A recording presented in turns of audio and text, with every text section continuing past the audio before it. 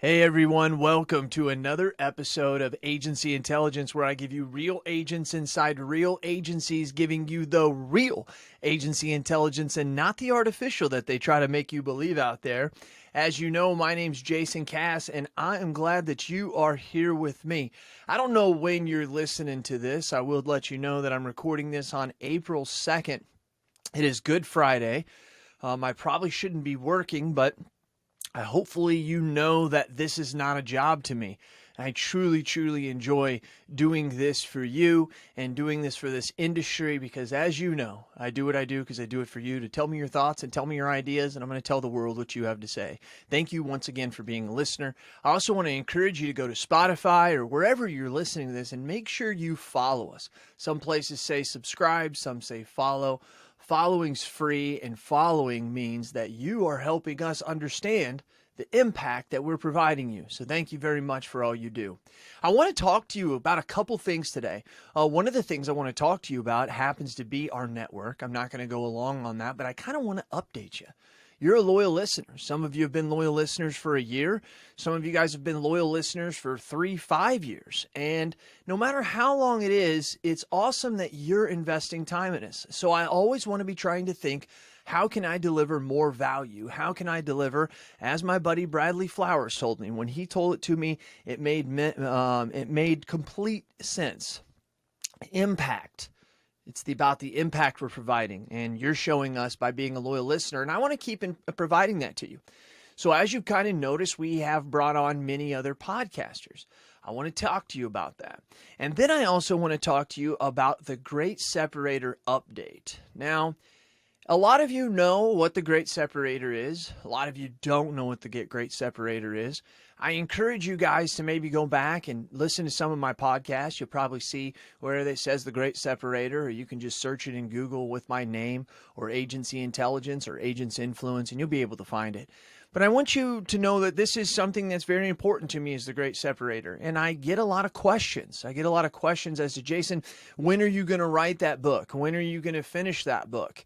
I wish I had an answer for you, but I do today. I think I can give you some guidance on what I'm thinking and where I'm going with this. And, I'd like to get a little feedback from you. So those are the two main things I want to talk about today. As you know, I may go flying off the left field or right field or straight up in the air, but I promise you I'll always come back. I may not even remember where to come back to, but we'll be back on one of these two subjects. The network we are creating is Agency Intelligence Podcast Network. And what does that mean? It's a network of podcasts. You know, my mentor told me a long time ago, a lot of terms, especially insurance, are not very tough if you just think about what the word means. So Agency Intelligence Insurance Podcast Network means that we're providing a place for you to go and find the podcasts that are relevant to our industry and to your life and your business. And so rather having them in all the places, you can still subscribe to any of these podcasts that are in the network, or you can subscribe just simply to, which many of you are, Agency Intelligence, that feed, and it's going to give you all of them. It is a reason because, the more content we produce, the more impact we make, because we see the numbers and we hear the stories and we get the feedback from you. And when we hear that stuff, we realize we need to create more content. So I've been bringing on some special guests, as you know, Mitch Gibson. You guys are probably, maybe it's already out, maybe it's not, probably not. But Mike Crowley is going to do a series on relationships, agency relationships. Agencies, not relationships so much, but family agencies, I should say. And the struggles that you guys have all went through and that you do go through currently, and to try and change and adapt. And some of the stuff we're going to talk today on the Great Separator update. But what's important, and this is vital, is that we're trying to create podcasts with many different viewpoints. For instance, Caitlin Agar in The Age of Independence, she's a mother, she's a business coach, she's a mega startup coach, and she helps people deliver the things that have taught her how to write millions of dollars in premium every month. something I'm not really good at, especially when it comes to personal lines. And she helps talk that both sides of that fence with the captives and the independents being on both sides. Joshua Lipstone with Explain This Book to Me. I brought that because I know that books are interesting and they're good to us. And it seems like we take a book and we read it and we pass it on to the next. A lot of us will actually get excited about how many books we can read. Benjamin Dennehy, the UK's most hated sales trainer, says he reads one book a year. And he dissects and does and institutes and puts into practice so many things inside that book. 15 books you read and do a couple things, or one book and do a lot, I don't think one's better than the other. I think they both have their advantages and their disadvantages. But Benjamin Dennehy, the UK's most hated sales trainer, you ought to check him out because he's going to be at BrainShare. You can go to aibrainshare.com. You can get an invite and find out more about that. But he's going to be there for 3 days passing the microphones. He's a riot. It's going to be a great time. But Joshua Lipstone is able to bring authors and bring people who have taken time to write books for you and I to help better us in breaking those down. I thought that was an avenue that would be interesting, and it has been. Josh's podcast has been ginormously successful, way bigger, honestly, than I really expected it to be such a short time. We brought on Ryan Hanley now. You can still find him at the Ryan Hanley Show in every place it's been, but he's now played on our network so that we then can once again bring on and organize in one spot the power of trying to give you a voice and projecting it around the world. Next, we're going to be bringing on, you're going to find out Charles Specht as he does Millionaire Producer.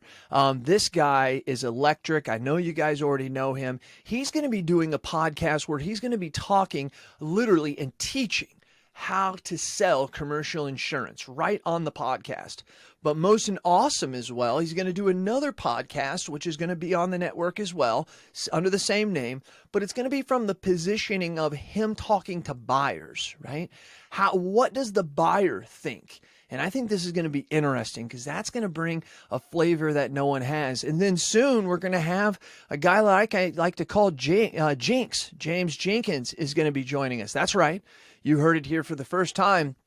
James Jenkins is going to be doing one, which I believe he settled on a name, but because he hasn't, he hasn't told me officially that, I'm not going to say his name of what he's going to be doing, but he's going to be talking about his expertise as a captive and then what he's learned as an independent.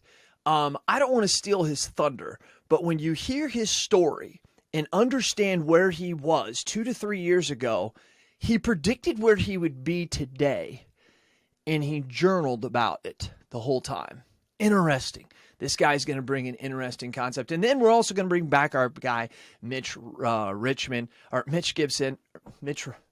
I am telling you what, I get that guy's name wrong all the time. And because I have a friend named Mitch Gibson, he's going to be coming back and he is going to be doing some stuff when it talks to the youngers and more of the younger agents. And we've got some other things planned for the future, not to mention you're going to start realizing, and you may realize in a couple weeks coming on is David Crothers and his Power Producers podcast. Now keep in mind, you can still find David. You can still find these people on their own platforms. But we're bringing them now in as part of the AI network to strengthen us as agents, us as agency owners, our relationships we have with our vendors, and just showing that we are a force to do what we said as loyal listeners we would do a long time ago.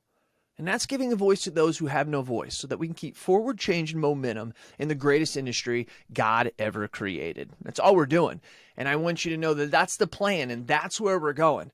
And the best thing that you can do for us, any of us, is just to share our message in our podcast with other people.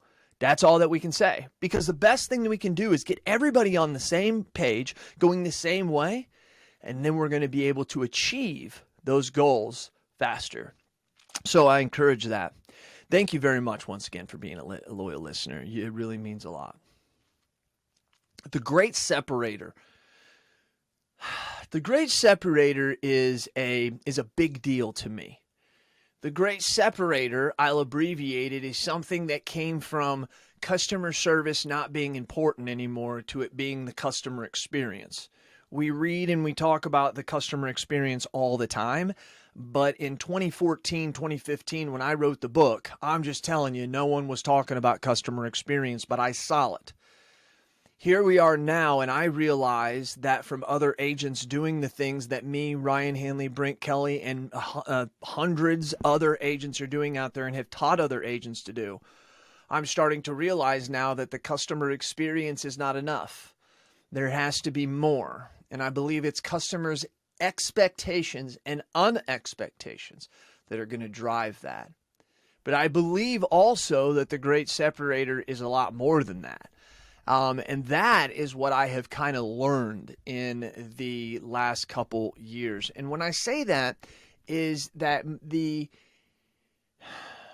way that I look at this has changed and morphed.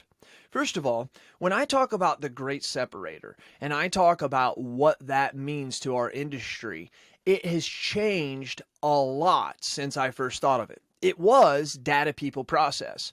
That is what drove us to what we are learning. And data, people, process was important because I believed it was those three main pillars that would be the driving force behind the Great Separator.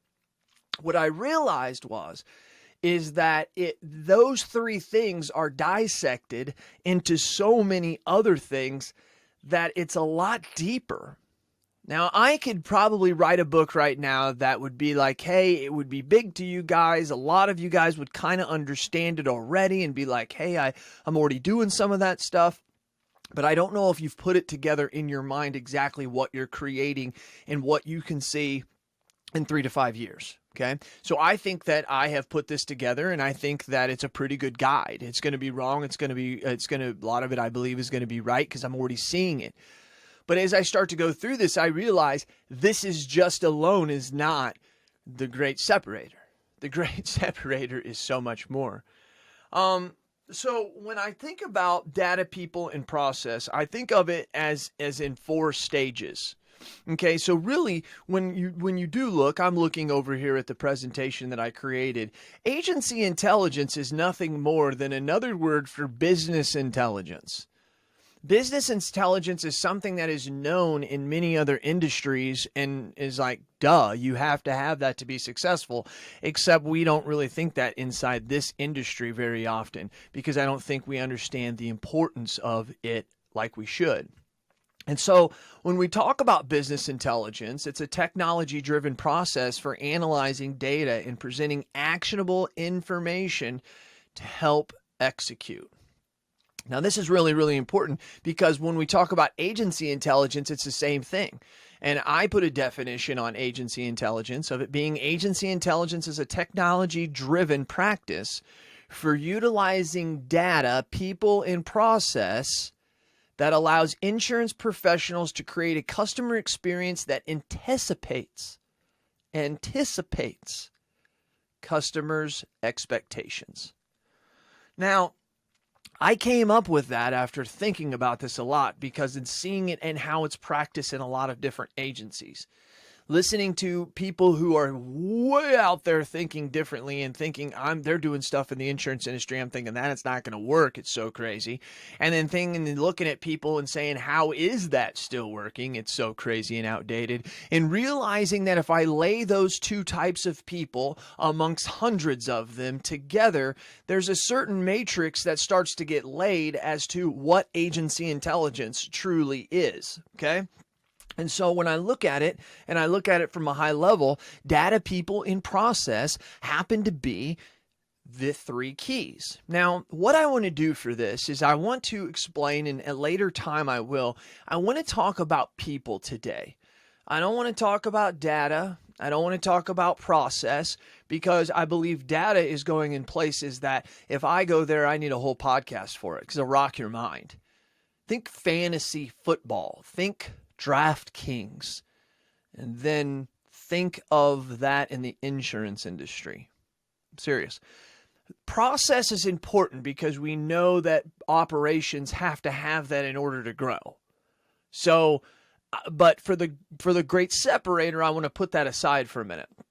I want to talk about people because me personally, today, I do not think for the future, but today, I think that people are the influential part of the Great Separator. Okay. So I have said before many, many times that there are going to be two different types of you're going to have people, you're going to have customers who can eliminate you, create the Great Separator, separate you from the rest of the pack by being able to work with these certain type of people. You're going to have also internal employees that are going to be the detriment and downfall of your agency. Yes, your own employees are the ones that are going to possibly drive you to new heights or drive you into the ground. And really, you're in 100% control of that. You really, truly are. But I want to let us understand and know that people today expect different things. And those two types of people that can eliminate you, we had seen the one piece of the Great Separator occur recently. And that's called COVID. Now, once again, this is part of the reason why it's so hard to write the book, because people didn't perceive or think or envision COVID. Now, here we are a year later, and we've learned a lot, but we've also learned that a lot of us were not prepared. Just not in the insurance industry, but in a lot of industries, we were not prepared for how it was going to change our life. And in a way, all COVID did was make the Great Separator occur quicker. You'll notice those that were able to come through it were those who were already paperless. They had listened. Those who, it's the bell curve, right? The bell curve says that you have your early adopters, then you have your herd, and then you have your late adopters. That's cool when it plays out over a normal time. But when it gets shrunk together and compressed together like an accordion, now all of a sudden that doesn't play so well, because the early adopters were early adopters who actually become the herd. Because now that the herd is coming, the COVID has changed things so quickly to where you had to have a digital ecosystem or a Slack of a Teams. You had to have a sufficient AMS system.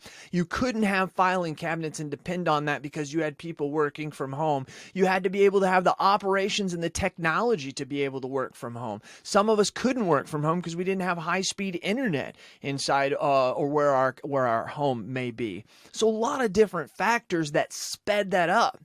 These are factors that early adopters had already dealt with over the last 3 or 4 years. So it gave them an advantage. It gave them a separation. See, it's these little separators is what changes it. Being able to give your employees the flexibility now that they want to come back. Is that okay to do? Is it not? What if you have employees that don't want to come back? Are you prepared to have that conversation? Because are you really going to give up talent so that they can be in the office? Wow, if thinking that way, you're going to be you're going to be separated quickly. So I think there's a lot of you that have also said a year ago you never could have anticipated yourself working like this. It's because of your people and their adaptation to it. See, one of the things that I've learned, and I want to talk about this, it has to do, when I break down data people process, I broke it into 4 agency models. Okay? 4 agency models. One of them being classic, one of them being modern, one of them being hybrid, and the other being automated. Now I'm looking at them here on the screen over here, and I can just let you know, well, I mean, I guess we could probably, if I do a little slideshow for all you listening, I apologize here. But, this could possibly be something that could be very helpful to a lot of people. You can kind of see that if I show you the agency models and where we're at, you can see here that this is the classic, that's the modern, that's the hybrid, and that right there is the automated. Now, I talk about these because I think that they're essential to who and what we are and where we're going and how we are as today. First of all, the classic is vital because a lot of us were that. These are the people that were separated. Little to no AMS, overstaffed, high walk-in, no automation, high expenses, little to no digital footprint, increasingly older clientele. And I put a weapon of choice at each one of these. For all you loyal listeners listening, I put a weapon of choice. And the weapon of choice for a classic agency model is to hire another expensive CSR. That's not working. And then the CSR that you are hiring, are they equipped to do the jobs that need to be done today, but also need to be done in the future? That starts to revolve in the data, the people, or the data and the process, which we're not going to talk about today. So then when I look at the next model, I look at it as the modern agency model. That's great use of an AMS, low use of some kind of CRM, low staff, no walk-ins, low expenses, little automation used, increased pay and unlimited vacation, a digital footprint, outsourcing some service. So their weapon of choice, though, loyal listeners, is what we call a CSR paired with outsourcing. Now, what I want you to see as we go through these agency models is that the weapon of choice is not expensive CSR or CSR paid with outsourcing. I want you to pay attention to what the weapon of choice is, because the weapon of choice is something that you may not anticipate. The next agency model is hybrid. For all you people who have it on 1.5 or 2 times, hybrid. See, now it sounds normal to them. Great use of an AMS, CMR, or CRM tools, very low staff, highly automated, highly outsourced, great digital footprint, little person-to-person sales, option of QBI, quote, bind, and issue. No service. Did you hear that? No service. And their weapon of choice in a hybrid agency model is a CSR paired with outsourcing and technology. Interesting, right? Yeah, I thought so too.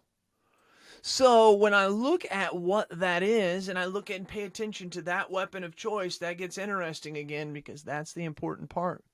And the last model, which I have to say is there, and there's agencies here, they're just not exactly known yet, and they don't realize that they're this model, and it's the automated model. And I bet you, in proportion to classic to automated, as the classics fade, the automated increase, only because it pushes those to modern into hybrid and hybrids into automated. That's my thought. An automated agency model has no AMS system. Yeah, I know. No staff, no service, very low expenses, quote, bind, and issue. Marketing is their only expense, and it's an all digital footprint. Here's their weapon of choice. No CSR, technology and outsourcing is what it is. Technology and outsourcing.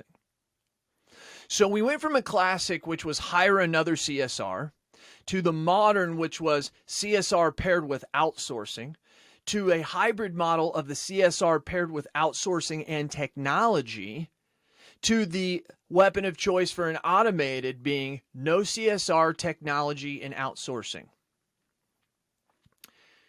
This tells us that the weapon of choice is discipline. I have never heard it explained better than Billy Williams when he said, there are 4 types. 4 types, Jason. There are 4 types of discipline. One is self-discipline. It's the worst of all of them. One is accountability. It's discipline of accountability with another person. The third form of discipline is technology. And the fourth form of discipline is outsourcing. I was taught that a long time ago, but I never put it together until after I had done this many times, that the weapon of choice is nothing other than discipline, and our discipline as an industry blows. That means that part of the Great Separator is discipline. I didn't think of that 2 years ago or a year ago. But as I think about this and I see it evolve, here's one of the difference, loyal listeners. When you're thinking of a hybrid or a model or a classic, a modern, a hybrid, or an automated model, here's what you're really thinking and what you're really saying here. We're trying to change. Daniel Burris, which is a futurist, which was on our podcast twice now, said, Jason, if agencies continue to change, they're going to get left behind. And when he said that, I thought to myself, like, what would that mean? Like, what is that? Well, what does that mean? But now it comes because when I look at these, I don't see a lot of agencies today. Another form of the Great Separator is that I don't see them transforming. I see them changing. And I go back to what Daniel says, and I think of that as what we do as a modern insurance is we just try to find discipline of a CSR paired with outsourcing, and then we try to use technology, which is the weapon of choice of a hybrid CSR paired with outsourcing, but yet we don't want to become highly automated or have a great digital footprint like a hybrid does. We want to do it over here like a modern. Now, you may say, well, Jason, we're slowly transforming. No, you're not. You're doing nothing but changing your weapon of choice, which is your discipline. And that is what has always gotten you by. You just never realized it, that we then all of a sudden the weapon of choice was fax instead of mail, right? Maybe then it was email instead of mail. Maybe it was Zoom meetings, all these different things. Maybe it was, cell phones. These things became technology, which became forms of discipline and outsourcing of the marble box, the agency VAs, those type of people out there.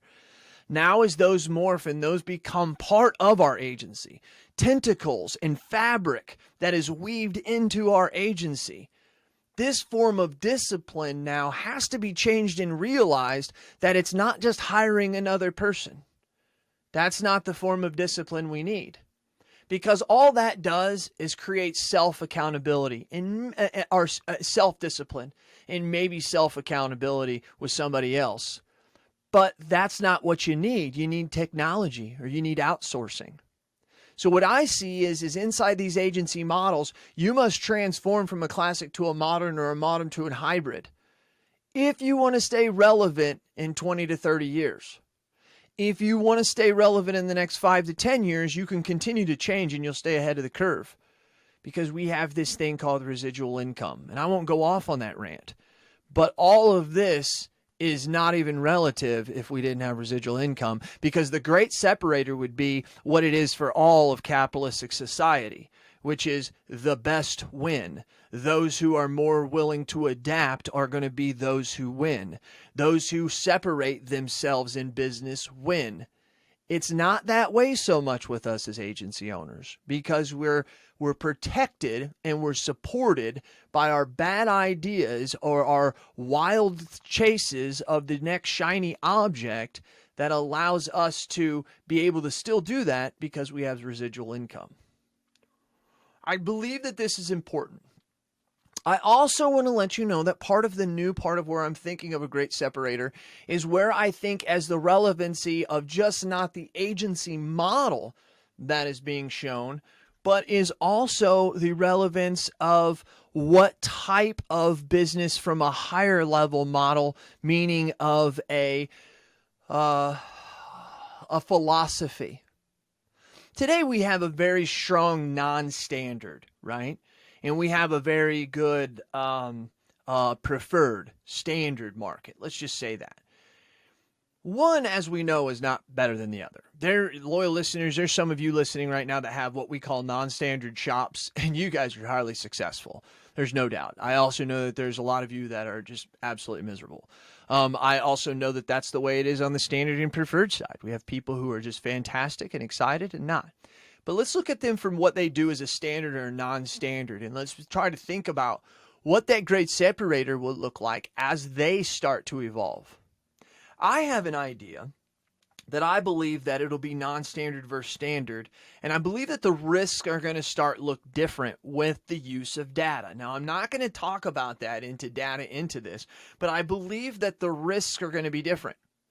So you're going to be able to use data as a preferred standard market that is going to try to get the rate so down to near the penny that you will become very volatile, as opposed to non-standard carriers, which usually charge more of a higher rate because they know that preferred or standard carriers do not want them, but they also know because they do have a risk, any other company that's going to quote against a non-standard is usually going to have a high premium as well. It allows them to almost standardize in blanket rates rather than actually individualize them for different counties or cities or regions, like sometimes of our regionals do, right? So when you think about that. I think the standard market, the preferred market, is going to go away from personal lines.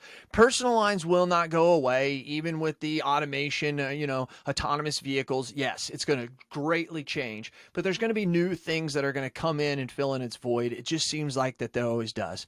New things create new risk, which create new products. That's just the way that is. And I think we're short-sighted in the fact that we can't see that, which is okay, right? We didn't think cyber would be such a big deal 10, 15 years ago, but it's a huge deal today, like ginormous deal, one of the most undersold things that's out there. But that's there. I believe the standard market will be more commercial and niche driven. So you will find more of a personal lines in a non-standard environment, which I believe that preferred lines will be written by a non-standard. I think a non-standard, we should change the name, will be more of what we call a preferred lines market, which will be able to hold per standard and preferred lines. I think you're going to start to see a lot of carriers start to go preferred and non-standard lines as well, because they need to be able to grasp both sides of that. It's what Progressive has become really good at. So the carriers know that it can be done. So as you in a standard thinking, okay, we want a better type of client. We want, you always think, okay, we want someone who is high net worth. That's what we want. Well, that's great, but being able to find those high net worth is going to be requiring of data. That's not going to be able to allow you to be a classic or even a modern agency. It's going to have to be a highly automated, highly data-driven agency.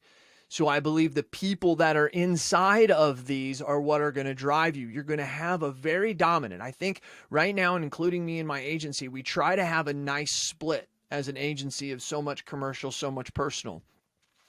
I firmly believe that's an old thought. I do. I think it's hard for me to even get my agency to think that way, even my business partner, but I believe it's an old way. I believe you're going to be into personal lines or you're going to be into commercial lines. It's one of the reasons why Progressive, and maybe they'll change in the future by using data, they're very light and little in commercial because they realize that they're a personal lines company. They almost have to go buy another company and become somebody else because they're so good at what they do.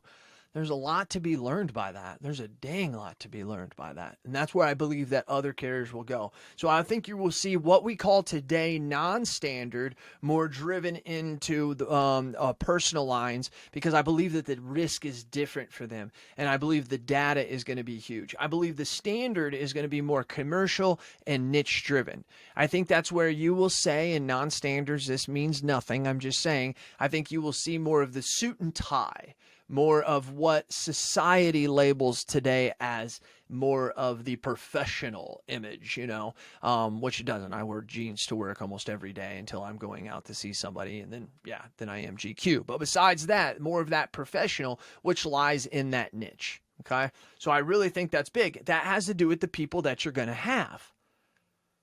The people that you're going to have to be able to relate and serve that type. Your centers of influence are going to be huge with personal lines, but centers of influence are big with commercial lines, but not in a lot of different types of business. Okay, not in a lot. That's not as big. So the different types of personalities and the producers and the CSRs that you're going to have, that is very, very big. I don't want to go into it right now, but diversity is going to be huge in that. I have one thing that I want to share with you guys when it comes to diversity, and I think diversity is probably one of the most important things when it talks about people. But I really want us to understand where I come from when I think about diversity. I think of race, Yes, okay, because with us becoming a multiracial country, I mean, it was just unbelievable melting pot of races. I was just down in San Antonio, and the Hispanic and Latino community down there is really really thick. For me living in Southern Illinois or just going to Florida and not actually going sometimes far south, you sometimes don't realize that. And I started to think about that and how that affects agencies down there and how that starts to affect America and the different types of things we need and the different types of people we need in there. But I also think in what I believe is important is in gender. I believe that women are going to have a very, very, very big, powerful say in society. I believe that women are going to have an unbelievable role in our government. If you've probably heard me say this before, I think in the next 200 years we'll have more women presidents than we do men, and I strongly believe that.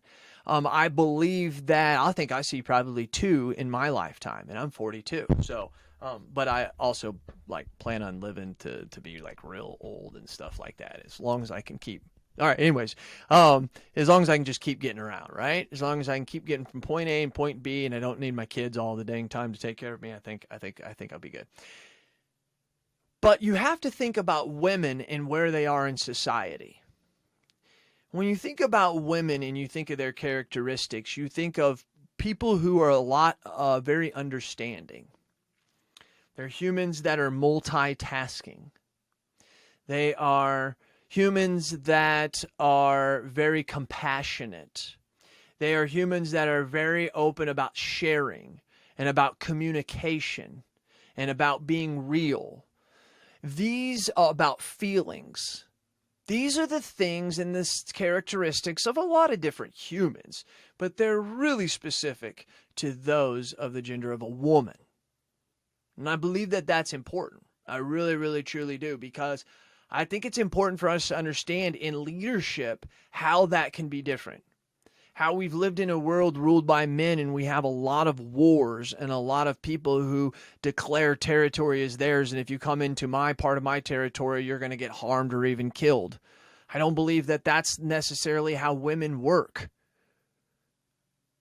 I don't believe that there will be that type. I believe it'll be about the characteristics of what they have, about caring and sharing and compassion. Listen, if we live in the world, if we operate in the greatest industry God ever created, I don't know about you, but I'm willing to bet 80 to 90% of agencies are ran by women. If we have one of the greatest industries in the world because of the way we're paid on residuals, those renewals are usually handled by women. Ever really think about that? If they're responsible for 85 to 90% of the work that goes on, do you not think that that justifiably means that maybe we might have the greatest industry God ever created because of women? And as they become leaders and they start to guide the ship more, don't you think that that's going to lead to a different type of agency? It does. I was raised by a single woman. I know the strengths. A lot of you loyal listeners know that my mom is a great, fantastic person because she was able to stretch $1 a mile, and get me and my sisters. My mom was also meaner than shit, and she taught me a lot about discipline. Not business discipline, as we spoke of before, but discipline in my life. She really taught me a lot, not like my Uncle Ray, but my mom was obviously a huge factor, and I saw her do the things that few people can do. So as I go through life, I tend to maybe have a little bit more of a recognition or eye towards the things that women do. And it's just weird, but now I see it playing out in the greatest industry God ever created. So I believe once again that people and diversity is going to be essential to the great separator. Those who can't understand how to deal with this. I will just let you know that we have people in our office that don't declare gender. I would have never thought that we would have that in our office or in a business in Centralia or Edwardsville, Illinois 5 years ago. but we do. And the best commercial tech that God has given us in a long time, I don't want to say commercial senior account manager or anything like that. I'm talking someone who is a technician that is great at assisting commercial line senior account managers. That's them. So it's great, but we've had to learn how to deal with that. And I think that that's what we have to do. And what's amazing is to the younger generation, this is just part of life. Just part of life. There's a lot to be learned. So I really do believe that people are our greatest factor. I've got a lot of other different things that I want to throw into into what I believe is the great separator. I believe that there's the great buys of the aggregators and what they're going to do over the next 4, 5, 6, 10 years. I believe I have a whole thought on how the great separator will come as far as credit scoring. I've given that a lot of thought. I think that that's going to be gone here probably in the next 5 to 10 years. And I believe also that premium is going to lose its luster and lose its value as an agency. I believe that you'll always have a value of your agency, but I think when there's other ways that carriers can pay you, it's justifiable for them to say, today you make 15% commission, but with these other things in your agency that provide us value, maybe we're willing to pay you for them. And if you add up the revenue you get from us and you add up for commissions and you add it up on a percentage, we're giving you a relative of 25 to 30% what would be seen as commission. So what we need to do to be a player is we're going to drop you to 20%. So we're still going to pay you for these new things that help us make money. And we're going to pay you less on the premium. Now, how does that hurt agencies that have not invested in that? How did they hurt agencies that have not been working with carriers to create those other things that are going to be of value in their agency? Right? The reason why you don't think of this stuff is because you don't assume that there's ever going to be anything else in your agency that's going to determine its value other than the revenue of it. It's true. The top line of your P&L, that absolutely is going to be it, but also on your assets of the data you own and collect is going to be important. It's going to be a top line revenue generator, but it's also going to be a value on the asset of your balance sheet. So when we have it as a top line revenue generator and we start to see that agencies like me are making more money and actually selling less insurance, yes, less insurance, that's a whole nother thing. I don't know. These are just some of the things that have come into as I look through my book here and some of my notes. Those are some of the things that I wanted to talk about when it comes to the Great Separator update around people. I believe people today are going to be the separator that's going to kill you. And it's not the people so much of your clients. We know that separator is coming. We know that their demands are changing. We know that, okay? But what's going to also kill you is the fact that you can't dissect what type of client it is for your agency. That's going to hurt you. When you can't dissect the type of client that you are, the prospect for your agency, and you haven't drilled out and delivered that picture, another problem you're going to have is that you're going to have unhappy people in your agency. And when you have unhappy people in your agency, now they're not going to go tell you. When I say people, I talk about clients, the other was prospects. Now that you have unhappy people in your agency, they're not going to go tell other people about you. So therefore, your referrals are not going to be as good. And when your referrals aren't as good, now you are having lower closing ratios, and you're now having to pay producers a percentage with a lower closing ratio in order to make revenue.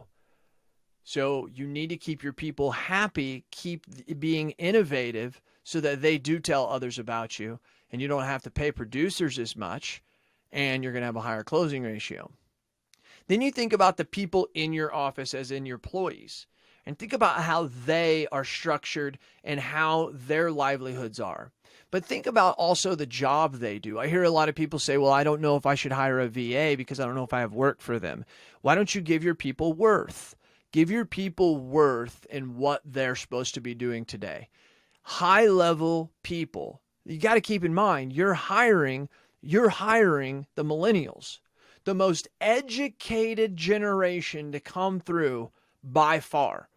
All this student debt loans that we talk about have generated a lot of debt, but it's generated a very, very educated group of people. Now, the type of education we need today is not necessarily what the business demands, but that's another time for another person. But are you getting the type of people that are going to be educated enough to mine data and to do the things that need to be done other than just writing premium in your agency or selling premium in your agency or doing service work in your agency? Are you looking for those type of people? Because when we go back to the type of agency we have, when we have multiple forms of revenue coming in other than just your commissions from your carriers, now it allows me to create a better work environment and pay where someone may pay $60,000, I can pay $75,000. Guess what happens? When I can pay $75,000, I start to draw in the better people. Today, that's not that way because the average agencies all have the same revenue, it comes off about the same splits, so they can pay generally about the same thing. When you have multiple forms of revenue coming in, which is more part of the data conversation of this, you can start to see that you are going to have an advantage and you're going to be able to spend more. And not only are you going to be able to spend more, but not only you're going to get a higher educated person that's going to be able to help you generate the forms of revenue you have to increase them, just not increasing one. Therefore, you may be paying them more, but you're actually making 3 times as much as paying the person that's making $60,000. So what happens when these good agencies like myself start to get those great employees? We start to shed the employees that aren't able to do it. And your demise and your separation starts to happen really, really fast. You haven't generated different forms of income. You haven't transformed your agency model. Your people are unhappy. You're having to hire producers and pay more commissions. You're having to, your people that are your employees, which are your greatest asset, are now leaving. You're now getting people that may not fit you the best, but it's what you have always been. So maybe they do fit you because they're leaving other agencies and they're the ones who didn't want to change or transform.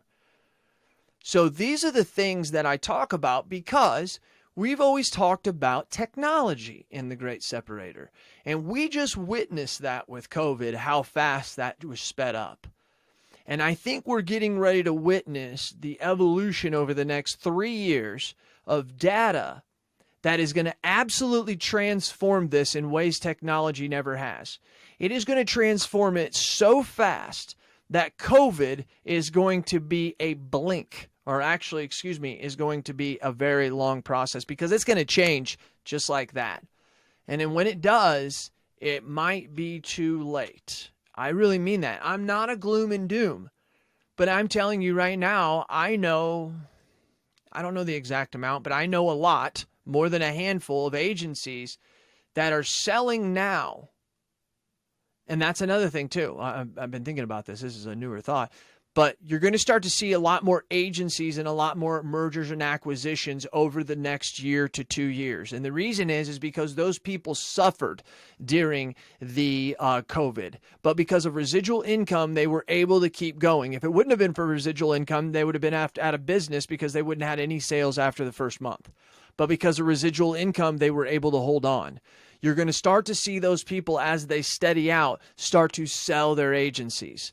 They're selling because they're now realizing that they should have heeded the warnings over the last 3 to 5 years and been prepared to be something as simple as able to work from home.